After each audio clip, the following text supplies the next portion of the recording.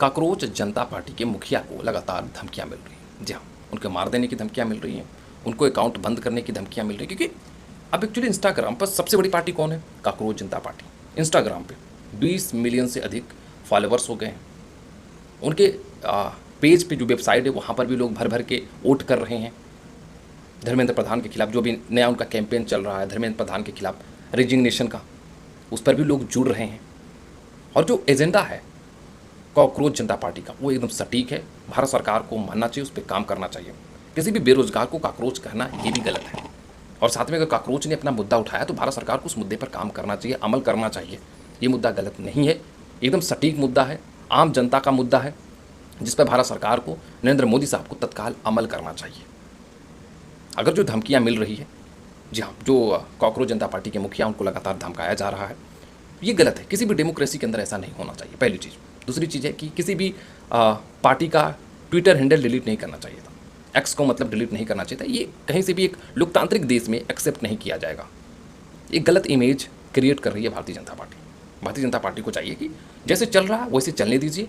आप अपने जो भ्रष्टाचारी लोग हैं आपके पार्टी के अंदर, जो मंत्री हैं जो भ्रष्टाचार करके बैठे हुए हैं, जो बड़े बड़े भ्रष्टाचार मामले में संलिप्त हैं, उनको हटाए, जिसमें धर्मेंद्र प्रधान का रेजिग्नेशन सबसे पहले आता है। 17 बच्चों की जान गई है, कोई छोटी मोटी बात नहीं। 17 बच्चों ने जान दिया है। जो पेपर हुआ था नीट का पेपर जो लीक हो गया, जान दिया है, और वो पुनः पेपर हो रहा है। और एनटीए मानने को अभी भी तैयार नहीं है कि पेपर लीक हुआ है। उनका कहना है कि कोई सॉल्व पेपर मैच कर गया है।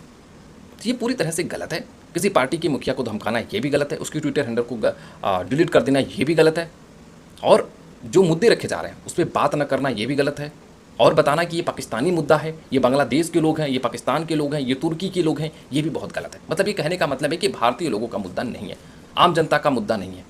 20 से 25 लाख लोग सब्सक्राइब कर रहे हैं, फॉलो कर रहे हैं, उनके पेज पे जाके विजिट कर रहे हैं, और जो वीडियोज़ भारत के अंदर से निकल के आ रहे हैं आपने भी देखा होगा, आप भी देख रहे हैं, बहुत सारे वीडियोज़ हैं। क्या ये गलत वीडियोज़ है?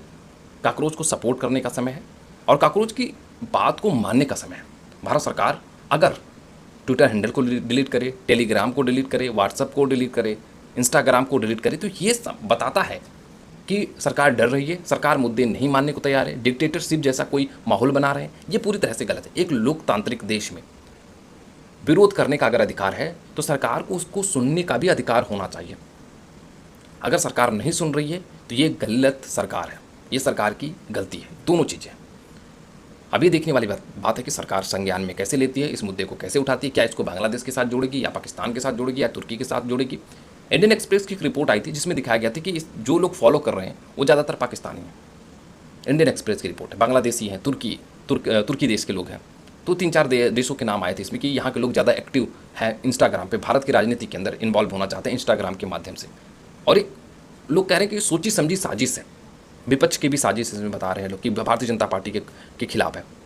तो ये ऐसा कुछ नहीं है। युवा खुद पार्टिसिपेट कर रहा है, लगभग इसमें 90% भारतीय युवा पार्टिसिपेट कर रहा है, जिनकी बात पे भारत सरकार नरेंद्र मोदी और उनके मंत्रिमंडल को गहन अध्ययन की ज़रूरत है, विचार करने की ज़रूरत है।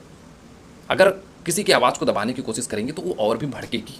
सरकार को अमल करना चाहिए इस बात को, और तत्काल प्रभाव से इस पर कार्रवाई होनी चाहिए, और साथ में इसको तुरंत अमल में लाके बेरोजगार युवाओं के साथ खड़ा होना चाहिए, बेरोजगार युवाओं के लिए काम करना चाहिए।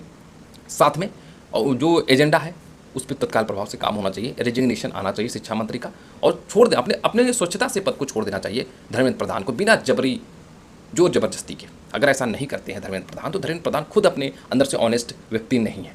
अगर वो ईमानदार व्यक्ति होंगे तो अपने पद से इस्तीफा दे देंगे।